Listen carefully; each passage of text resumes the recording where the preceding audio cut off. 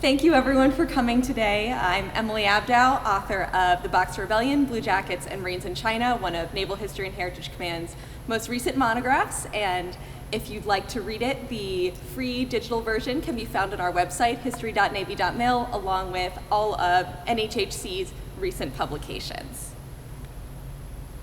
It's the summer of 1900 in the midst of a prolonged drought, and these are sailors primarily from USS Newark repairing a railroad in northern China.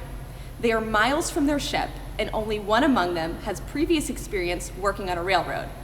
As a result, he's the one who drives the spikes, as that proves to be a bit of a more challenging task. How did these sailors get here, and who destroyed the railroad to begin with? The answer is the Boxers, members of a Chinese secret society who wear red sashes, practice martial arts they believe make them impervious to bullets, and recruit with a slogan that includes the translated phrase, "Exterminate the foreigners." They also recruit with posters like this one, which leading up to the summer of 1900 appeared throughout northern China. So here you can see caricatures of Westerners fighting two dragons, and this sends a clear anti-foreign message as the dragon is a powerful symbol in Chinese culture. So what would have inspired this anti-foreign sentiment in northern China leading up to 1900? Foreigners gained access to China in the wake of the Opium Wars and the treaties signed there, later known as the Unequal Treaties. And this brought in Western powers eager to carve up China into spheres of influence. Now, in 1898, the Yellow River floods and destroys harvests throughout northern China. This is followed by a drought in 1889. Which stretches into 1900. The Chinese populace blames the foreigners for these natural disasters. They believe perhaps that the foreigners have tampered with the feng shui of the land. Foreigners have built railroads that cut over the grounds of their ancestors, and the Chinese do believe in the spirits of their ancestors, and this perhaps has angered the gods. Something else which has perhaps angered the gods are churches, which are built in the Chinese villages and tower over the rest of the buildings. And there are rumors that perhaps these churches have bottled up the sky and prevented rain from coming. So we've got these superstitious grievances among the Chinese populace, but we also have some more concrete grievances. And this comes in the form of Western missionaries. Western missionaries have flooded the Chinese countryside and disrupted the fabric of society in Chinese villages. They're above the law, so they aren't beholden to the same legal practices, and they can often finagle their converts out of lawsuits. In addition, they have resources such as food. So Chinese who are starving often looked with resentment on their Chinese neighbors who'd converted to Christianity. There was this belief that these Chinese converts had converted not for their faith, but for the influence and resources provided by the church. Now, if you didn't join the church at that time in China, but you wanted the support of an organization and purpose, another option was to join a secret society such as the Boxers. So you have the church, you have the Boxers, and it's no surprise then that the Boxers' first targets for violence were Chinese who had converted to Christianity. They start attacking these Chinese Christian converts, first with the purpose of trying to get them to recant and renounce their religion. But then these attacks escalate to murder. The foreigners in China aren't super worried at this point about these attacks that are going on. They see this mainly as a conflict that is internal to the Chinese. But at the year 1899, New Year's Eve, as we enter 1900, there is an attack on a Christian missionary in China. Reverend Sidney Brooks is beheaded by Boxers. And this is when the foreigners in China start to worry about their safety. Many of these foreigners in China live in the legation quarter in Beijing. This is the quarter that is home to diplomats from 11 different nations, including the United States. The US diplomat is Minister Edwin Conger, and he sends for a guard to protect the US legation.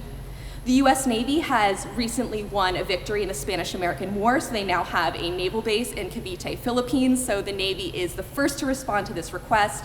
They send a ship from the Philippines that reaches northern China, and 56 sailors and Marines disembark and make their way to Beijing to defend the legation quarter. Little do they know at this point that they are in for a siege. At first, Boxers are mainly just annoying the perimeter of the legation quarter, and they can be driven off with rifle fire. And this isn't much of a challenge for these Marines and sailors who are part of an international guard of 407 sailors and Marines, all from 8 different nations. However, then an event occurs that tips the scales towards war. And this event is a battle of the foreign navies, and every foreign navy actually took part in this battle except for the United States. At this point, the US Navy was hesitant to be embroiled in a war, so when the foreign naval commanders anchored off of northern China decided to seize some Chinese forts with the purpose of maintaining the line of communication along the river that the forts were guarding, the US Navy decides not to take part. The second in command, Lewis Kempf, tells commander of USS Monocacy, pictured here, to only fire if directly fired upon. The battle takes place, and in the midst of all the shells flying, a Chinese shell does crash through Monocacy, throwing up splinters but claiming no casualties. Monocacy's commander, Frederick Wise, doesn't believe that this was really intentional. He sees this as an accidental shell coming the way of the US ship, and so he does not consider this a direct attack. As a result, he moves Monocacy further upriver and just keeps the ship out of the way of the conflict. However, in the aftermath, the Navy Department wants to know why was a US Navy ship fired upon without returning fire. And so this is chalked up to a miscommunication, and perhaps Wise should have interpreted the orders differently and joined in the fight. Regardless, in the aftermath, Lewis Kempf, second in command of the Asiatic Station, writes to the Secretary of the Navy that the US Navy is now ready to join in with the foreign powers and join in the fight to protect the honor of the US and defend the foreigners in China. The Empress Dowager Cixi of China also sees the events that transpired as an act of war. Her 4 forts are seized, and she's very unhappy about this. The last time these 4 forts were seized was during the Opium Wars, where she had to flee China with her husband, who never made it back and died outside the Great Wall of China. So this is very personal for Cixi. She's very angry, and she does declare war on June 21st, 1900. And when she does declare war, what that means is she is now throwing the force of her imperial army behind the Boxers. And that's when the situation in China gets a lot more difficult for our 56 sailors and Marines in the legation quarter, because now we have a full-blown siege. They're surrounded by thousands of imperial troops, and they have to figure out a way to survive. And the way that they do ultimately survive is through adapting their skill sets and improvising using the material they have available. What we see here is the Tartar Wall. This is the wall that runs on the south of the legation quarter, and the US is actually tasked with defending the western section of the wall pictured here. So on the left, we can see the interior of the wall, and you might be able to notice that in this left picture, on the bottom left, there's some stones that are missing from the wall. And that's because what the Marines and sailors there did to defend themselves is they would take these stones and move them to create barricades and fortifications in other parts of the legation quarter. So if you look along the ramp leading up to the top of the wall, you might be able to see light stacks of stones along it. And those are fortifications to protect the sailors and Marines walking up the ramp to the top. And again, on top of this wall, there are barricades of stones that the Marines and sailors stayed behind for days on end throughout the siege. The tops of these barricades were stacked with a little invention called the earth bag. This was satin and sackcloth, whatever material they could get their hands on in the legation quarter, and they would stuff it with dirt. And these would take the place of sandbags that they would pile on the top of the barricade to protect their heads as they were shooting. Captain Myers, the Marine captain at the legation quarter, joked that the women in the legation quarter would make these earth bags, and it would keep their minds off what might happen if the Chinese were to get inside the legation quarter, so it kept them distracted. Another example of using the material that was available in the legation quarter to survive is the story of US Navy Gunner's Mate First Class Joseph Mitchell. What we're looking at here is the International Gun, and this is an improvised weapon. As the siege dragged on, the Allies in the legation quarter were running out of guns. So Mitchell begins to try to make a gun with the basis of a pump. However, in a lucky turn of fate, some Chinese Christian refugees within the legation quarter stumble upon a bronze cannon barrel. And this is probably a relic of the Second Opium War, and it's reported that this barrel was just lying around in a junk shop. So they have the barrel, and that's really good news. That means they can scrap the pump, and it makes this invention happen a little more quickly. So the Italians had a 1-pounder that had run out of shells. And so Mitchell takes the gun carriage from the 1-pounder and lashes the barrel to the 1-pounder with rope. So if you look closely here, you can see all that's securing it is rope. Now they had to account for shells. What was the gun going to fire? The Russians had arrived in the legation quarter with 3-inch shells, but they had actually somehow forgotten their field piece in Tianjin. So they had shells, but they didn't have a gun. And at the start of the siege, they'd thrown these shells down a well to try to prevent them from falling into Chinese hands. Now there's a need for the shells, so they're hauled up from the well. They aren't a perfect fit in our bronze barrel, but they do just pound the shells in and fire them. And it works. The secretary there of the U.S. legation quarter is a bit nervous, a bit apprehensive, but in the first test run of the gun, it actually goes through the walls of his house. So he sees that it works. I believe that this gun was very representative of the collaboration that took place between the foreign nations in the legation quarter, because it's not a well-oiled machine, but at the end of the day, it did get the job done.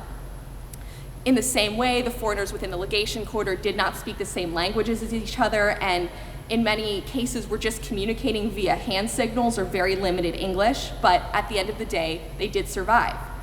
This gun emits a puff of smoke every time it fires, which does tell the Chinese where to aim their rifles. So that is a downside. It also has accuracy only to about 30 yards, but that actually is enough to take out Chinese barricades that are being built close to the Americans.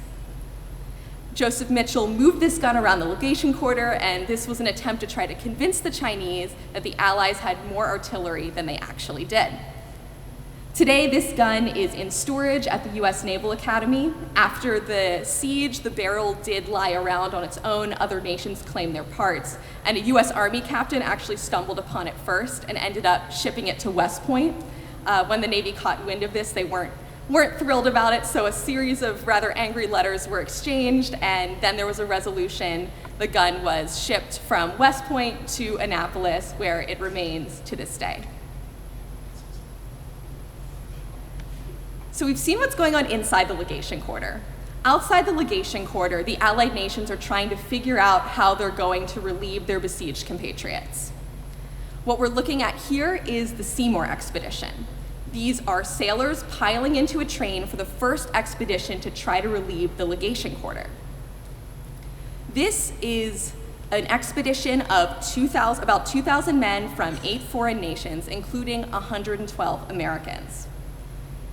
And this is the biggest Navy showing throughout the summer campaign. All these Americans are mainly from USS Newark, and they plan to follow the railroad from Tianjin to reach Beijing and relieve the legation quarter.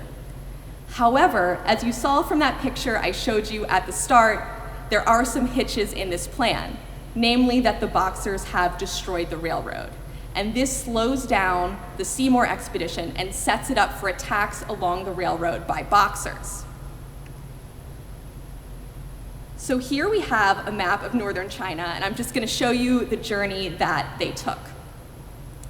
So the foreigners would have started here. It's spelled Tianjin on the map, but we say Tianjin today. This is just the difference between us using pinyin romanization to spell Chinese words today versus the older system that you can see on this map. So up at the top, Peking, that's Beijing today. So the foreigners start their train journey at Tianjin, they pile into their train cars, and everything is smooth as they go along to Yankun.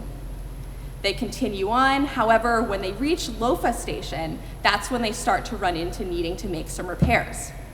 This is also where they encounter their first Boxer attack. Only about 10 Boxers sneak up on the train. And this is actually a blessing for the Allies because the Boxers are practicing martial arts that they believe will make them immune to bullets. So as they approach, they're doing their martial arts, they're moving very slowly, and you can guess that the sailors can make pretty quick work of their attackers with their rifles. Now this small-scale attack alerts the foreigners spread across these trains that they haven't really put a lot of thought into how to organize themselves. Admiral Seymour from the British Royal Navy is leading the expedition, but beyond that, there's no system or no command structure that's been put in place. In fact, when the Allies left Tianjin, they were much more concerned with who would ride in the first train car than they were with how are we going to organize ourselves in case we get attacked by Boxers. If you were curious, US Navy Captain Bowman McCullough does win the argument for who gets to go in the first train car, so the Americans are in the first car. So now we see that we need a system of command, and Seymour decides that in each train car, the senior commander will be the senior officer in that car, regardless of nation of origin. So that does mean that McCullough is now the officer of the first train car. And this is called the construction car because the US Navy sailors are largely the ones repairing the railroad. So we continue along the railroad to Langfang. There's more repairs needed here, and there is a larger Boxer attack here, but we're now more organized, and so the Seymour Expedition does a better job fending off their attackers. And this is a good thing because the Boxers have learned too. So at this attack, they're no longer practicing their martial arts. They go for a full charge into the foreigners, and they actually do manage to kill 5 battalions before they all spring into their positions and fight off the Boxers. They continue along further, and Anting here is the highest point reached by the Seymour Expedition. What happens now is at each station at Lofa and Langfang, the Allies have been leaving a garrison there to protect the station so that the railroad isn't torn up by Boxers. It seems smart, but the problem is that they're now dangerously spread out. Their force of 2,000 men is strung out at different points along this railroad, and they aren't anticipating the Empress Dowager throwing the full force of her army behind the Boxers. So when this happens, a force of Boxers and Imperial soldiers attacks this garrison at Langfang, and there's very heavy Allied casualties. In addition, they destroy the railroad back here around Yangon, cutting off the line of supply for the Allies. So they can't go any further because they can't possibly defeat Beijing with their decimated force. And it's tough to go back along the railroad because it's all destroyed. So what do? They have to improvise. They meet up at Langfang, and then they march over here to the Hai River. That's where they commandeer junks, Chinese sailing vessels. They pile their wounded and their supplies into these junks, and they pull them along the river. Naval Cadet Joseph Taussig is there, and he is one of the wounded, so he has a rather uncomfortable ride on top some cans, and he has to be moved around every time they need to get to their food supply. But they do ultimately make it all the way to an arsenal just outside Tianjin. This arsenal is a blessing. The Seymour Expedition is running low on ammunition. They cannot possibly fight another day. They're contemplating whether they need to fight with their bayonets because they don't think surrender is an option, when they stumble upon this arsenal and they're able to seize it because it's poorly defended. And inside is a treasure trove of weapons and ammunition and bags of rice. So they're able to kind of survive on this bland diet, hide out in this arsenal until relief arrives.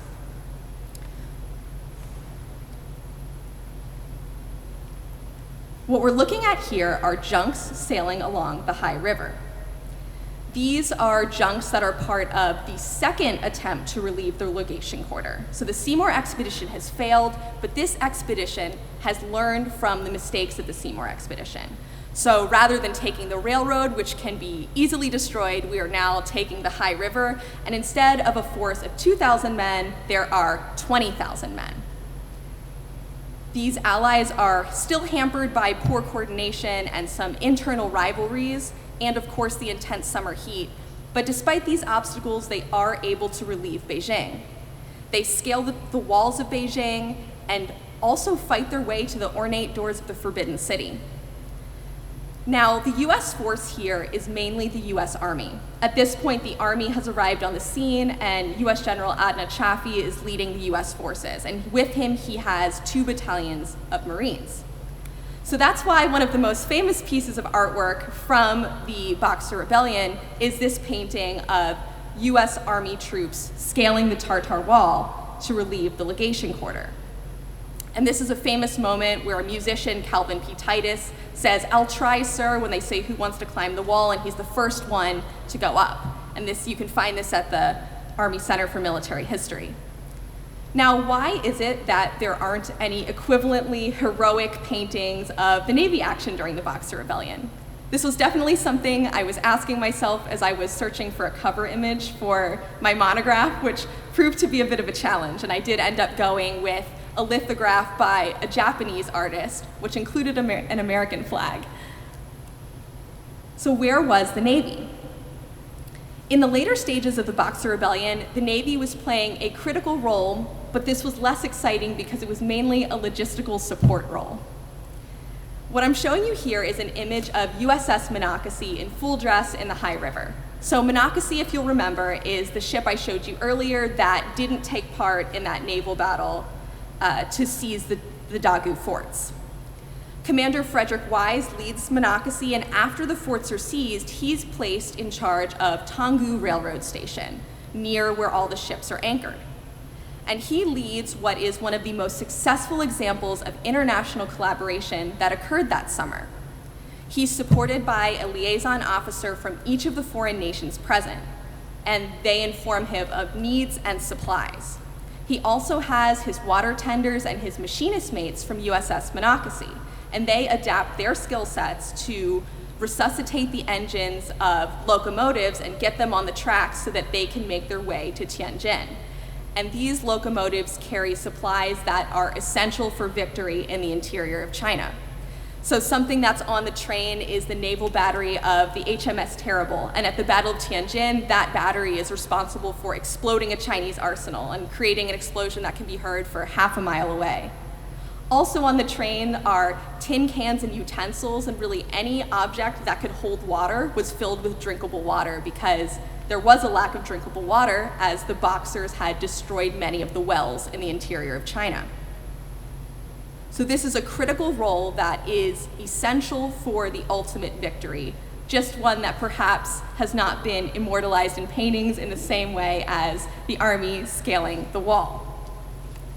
And to give you a sense of where the Navy was operating at this point, here is the railroad station that was near where the ships were anchored and where they were loading on supplies to these train cars, and these trains would go along to Tianjin. This part of the railroad did not get destroyed as quickly, and the Allies were able to maintain this to send along supplies. From there, the expedition followed this river all the way almost to Beijing, and then marched this way to seize the gates. So the Boxer Rebellion was the US Navy's first taste of coalition warfare on a global stage. And as a result, it is rich with lessons learned, and I'll highlight a few based on the examples I shared today. So one lesson is a need to develop personnel for coalition operations so that they can effectively and efficiently organize themselves with their foreign allies. In addition, foreign language skills would have been helpful so that the Allies were not so reliant on hand signals for their survival.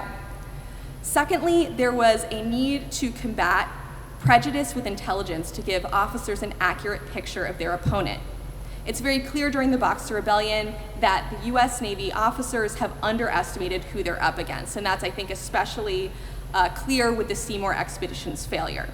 In fact, Navy Captain Bowman McCullough wrote in his unpublished memoir that he had not expected the Chinese army to be well uniformed, and he had not expected them to have Western weapons and rifles, even though American companies had been sending weapons to China for several years.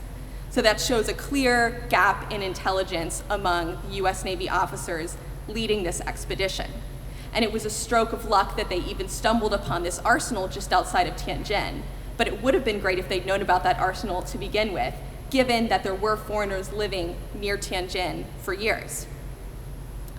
Now, on a positive note, the Boxer Rebellion does highlight the keys needed for success, namely individuals who can adapt their skill sets to the materials in their environment in order to survive.